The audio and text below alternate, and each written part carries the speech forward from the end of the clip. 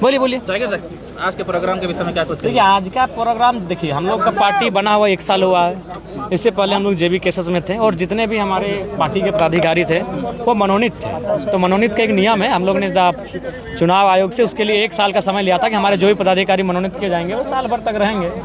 तो साल भर तो मनोनयन का समय पार हो रहा था, इसलिए उनका जो विधिवत प्रक्रिया है चयन की, उस प्रक्रिया के माध्यम से हम लोगों ने आज अपनी जो केंद्र कमेटी है, सेंट्रल बॉडी, उसका हम लोगों ने विस्तारीकरण किया।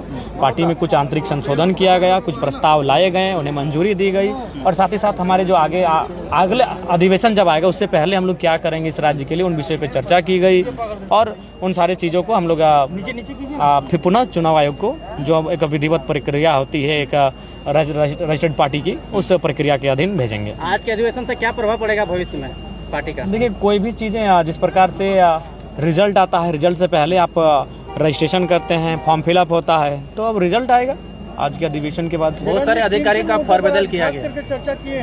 देखिए, फेरबदल तो उसमें सरकार का हाथ होता है, उसमें विधायक का कोई रोल नहीं है। जी, किन किन मुद्दों पर ज़्यादा चर्चा किया है? आज हम लोग कि आने वाले दिनों में हम लोग इस राज्य के युवाओं, किसानों, महिलाओं के जो हक हैं, अधिकार हैं, उनके लिए हमारी आवाज़ सशक्त तौर पे हम लोग अपनी आवाज़ को बुलंद करेंगे। जयराम जी, आपका पार्टी आंदोलनकारी का पार्टी है, जितने लोग आंदोलन किया या संघर्ष किया उनको सम्मान मिला है आज जितना? जी, लगभग आप जाके फीडबैक ले लें। अब हमें ये नहीं कह रहे हैं कि हम लोग 100% संतुष्ट कर पाएंगे किसी को, 1-2% अगर किसी की असहमति हो सकती है, लेकिन आप फीडबैक ले सकते हैं।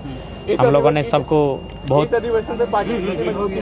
निसंदेह पार्टी को एक बूस्टअप एनर्जी मिलेगी जो विगत आने वाले अधिवेशन तक कायम रहेगी। लेकिन बोकारो में अधिवेशन खास करके जगह चुना गया।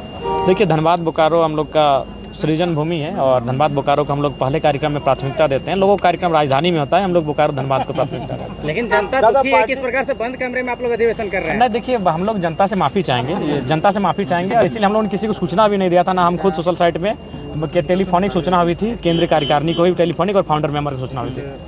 सर, ये पार्टी के द्वारा कहा गया कि पार्टी जो है संविधान के प्रति सच्ची श्रद्धा और निष्ठा रखेगी, पर कहीं न कहीं हमारा देश शांति प्रिय देश है और आपकी पार्टी में केवल आग्रेसन दिखाई पड़ती है, ऐसा क्यों? देखिए, नहीं, वह समय की मांग है। जैसे हम लोग जहाँ जाते हैं वहाँ, जैसे अभी बागमारा में जो घटना घटी, लोग दब गए हैं लेकिन उसके बाद भी लिपापोती हो रहा है, तो वहाँ एग्रेशन दिखेगा किसी लोग का, वो बहुत गलत हुआ है।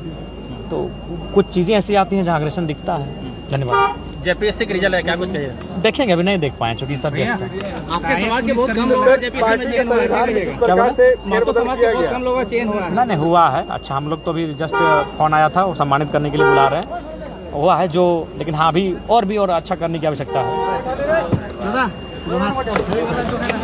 सर, पार्टी के संविधान में